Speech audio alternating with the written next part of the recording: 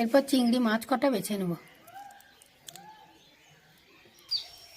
চিংড়ির মাথা এটা বেটে টিকিয়া বানাবো। দুটো এলাচ আর মাথা একসঙ্গে বেটে নিচ্ছি। লঙ্কা আর রসুনটাও বাটছি, এর সঙ্গে একটু চিনি আদা বেটে দিলাম। চিংড়ি মাছের চপটা বানানোর জন্য প্রথমে কড়াইয়ে তেল দিলাম। বানানোর জন্য পেঁয়াজ আর টমেটোটা ভেজে নেব। আদা টমেটো পেঁয়াজের সঙ্গে মাছটা মাখিয়ে দিচ্ছি, গন্ধটা থাকবে না।